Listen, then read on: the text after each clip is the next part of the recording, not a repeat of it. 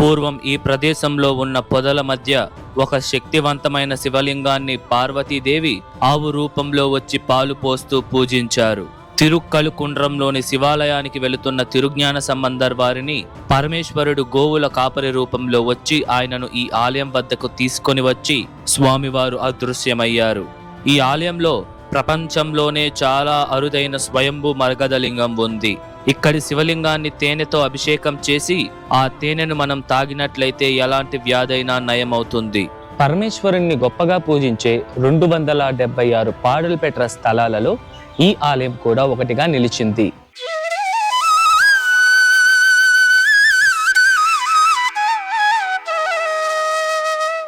Hi hello నమస్తే, welcome to our channel ఆలయ యాత్ర. ఈరోజు మనం దాదాపు 1300 సంవత్సరాల క్రితం నాటి ఒక పురాతనమైన మరియు శక్తివంతమైన శివాలయాన్ని అయితే దర్శించబోతున్నాము. ఇంతకీ ఏంది ఆలయం అంటే శ్రీ జ్ఞానపురీశ్వరర్ స్వామి వారి ఆలయం. ఈ ఆలయం తమిళనాడు రాష్ట్రం కాంచీపురం జిల్లాలో ఉన్న తిరువాడిసూలం అనే ఒక గ్రామంలో అయితే ఉంటుందన్నమాట. ఈ ఆలయం చెంగల్పట్టు నుండి చాలా దగ్గరండి. మనకి చెంగల్పట్టు రైల్వే స్టేషన్ నుండి 8.5 కిలోమీటర్ల దూరంలో మరియు చెంగల్పట్టు బస్టాండ్ నుండి 8.8 కిలోమీటర్ల దూరంలో ఈ ఆలయం ఉంటుంది.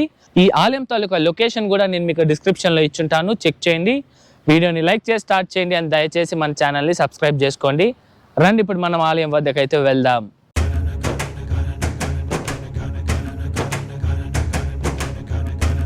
ముందుగా ఈ ఆలయం యొక్క టైమింగ్స్ విషయానికి వస్తే, ఈ ఆలయం ప్రతిరోజు ఉదయం 7 నుండి మధ్యాహ్నం 12 గంటల వరకు, తిరిగి సాయంత్రం 4 నుండి 6 వరకు భక్తులకి అందుబాటులో ఉంటుంది. ఇప్పుడు రండి మనం ఆలయం లోపలికి వెళ్ళి పూర్తి స్థల పురాణం తెలుసుకుందాం.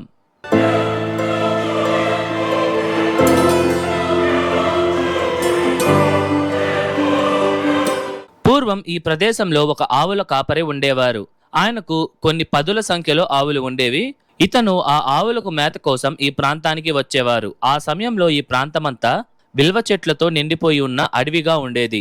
అలా ఒకానొక రోజు తన దగ్గర ఉన్న ఆవులలో ఒకటి ప్రతిరోజు పొదల మధ్యలో పాలు పోస్తూ ఉండేది. ఈ సంఘటన చూసిన ఆవుల కాపరి ఆశ్చర్యంతో ఇక్కడ నివసించే గ్రామస్తులకు చెప్పగా, ఈ గ్రామంలోని ప్రజలందరూ వచ్చి ఇక్కడ ఉన్న పొదలను శుభ్రం చేయగా అక్కడ స్వయంభుగా వెలసి ఉన్న శక్తివంతమైన మరగదలింగం ఉండింది. దాంతో గ్రామస్తులందరూ ఆనందంతో ప్రతిరోజు ఆ లింగానికి పూజలు చేసేవారు. ఇంతకీ ప్రతిరోజు పాలు పోస్తున్న ఆ ఆవు ఎవరో కాదు, సాక్షాత్తు పార్వతీదేవి అమ్మవారు. ఇలా అమ్మవారు ఆవు రూపంలో ప్రతిరోజు లింగానికి పాలతో అభిషేకం చేసి స్వామివారిని పూజించేవారు.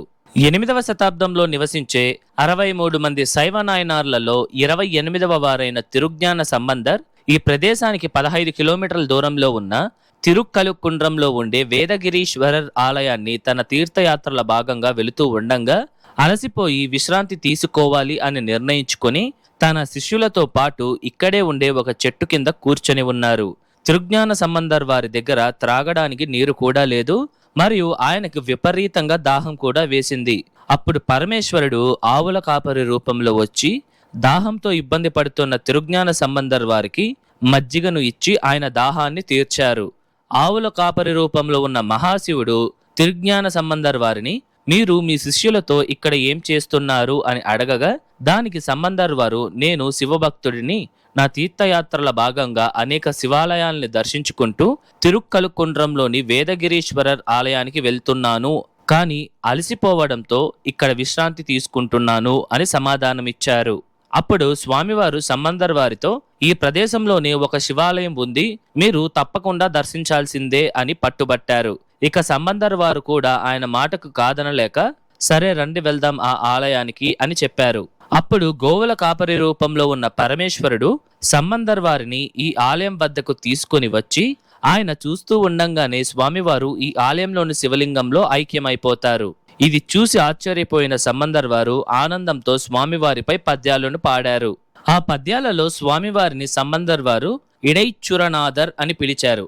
దాని అర్థం ఏమిటంటే వచ్చి మధ్యలో వెళ్ళిపోయిన స్వామి అని అర్థం. ఈ ఆలయంలోని శివలింగాన్ని గౌతమ మహర్షి మరియు బ్రహ్మదేవుని మానసపుత్రులలో ఒకరైన సనత్ కుమారులు వారు పూజించి మహాశివుని అనుగ్రహం పొందారు.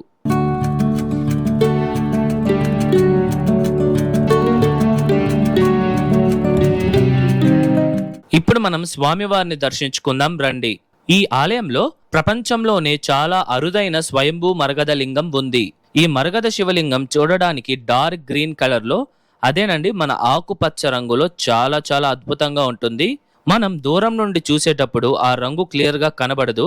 ఎప్పుడైతే పూజారి స్వామివారికి హారతి ఇచ్చేటప్పుడు ఆ కర్పూరపు వెలుగులో క్లియర్ గా కనిపిస్తుందన్నమాట లింగం యొక్క రంగు. అలాగే స్వామివారికి తేనెతో అభిషేకం చేసినప్పుడు లింగం యొక్క పూర్తి రంగును మనం చూడవచ్చు. ఇక్కడ స్వామివారిని జ్ఞానపురీశ్వరర్, ఇడైచ్చురనాథర్ అని పిలుస్తారు. సంతానం లేనివారు, వివాహంలో ఆటంకాలు ఎదుర్కొంటున్నవారు స్వామివారిని మరియు అమ్మవారిని పూజించినట్లయితే మంచి ఫలితాలను పొందుతారు. ఈ ఆలయంలో మరొక ప్రత్యేకమైన విషయం ఏమిటంటే, అనారోగ్యంతో ఇబ్బంది పడుతున్న వాళ్ళు ఇక్కడ ఉన్న మరగద శివలింగానికి తేనెతో అభిషేకం చేసిన ఆ తేనెను తాగినట్లయితే ఎలాంటి వ్యాధి అయినా నయమవుతుంది. ఇలా చాలా మంది ఆలయానికి వచ్చి తేనెభిషేకం చేసి మంచి ఫలితాలను పొందారు. ఈ ఆలయంలో అమ్మవారికి ప్రత్యేకంగా మందిరం ఉందండి. ఇక్కడ అమ్మవారు నిలబడుకొని ఉన్న భంగిమలో 4 చేతులను ధరించి గోవర్ధనాంబికై అనే పేరుతో భక్తుల్ని ఆశీర్వదిస్తున్నారు. ఈ ఆలయంలోని స్వామివారిని 63 మంది శైవ నాయనార్లలో 28వ వారైన తిరుజ్ఞాన సంబంధర్ వారు కీర్తించి తెవ్వారంలో లిఖించడం ద్వారా పరమేశ్వరుణ్ణి గొప్పగా పూజించే 276 పాడల్పెట్ర స్థలాలలో ఈ ఆలయం కూడా ఒకటిగా నిలిచింది. ఇదివరకే మన ఛానల్లో దాదాపు 28 పాడల్పెట్ర స్థలాలను అయితే దర్శించడం జరిగింది. ఆ వీడియోస్ ఎవరైనా చూడకపోయింటే మన ఛానల్ ప్లేలిస్ట్ లో ఉంటుంది, చెక్ చేయండి. ఇదేనండి ఈ ఆలయ తీర్థం. దీనిని మధుర తీర్థం అని పిలుస్తారు. ఇది అద్భుతమైన కలువ పుష్పాలతో ఒక చిన్న సరస్సులాగా చూడడానికి చాలా చాలా అద్భుతంగా ఉంటుంది.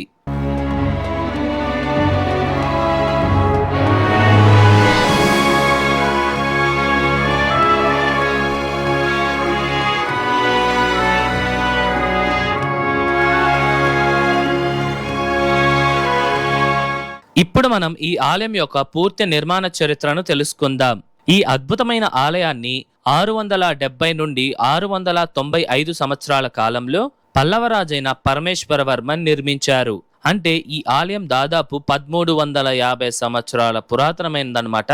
ఈ ఆలయం మొదట్లోనే బ్రహ్మాండమైన మరియు గంభీరమైన 5 అంతస్తుల రాజగోపురం ఉంటుంది.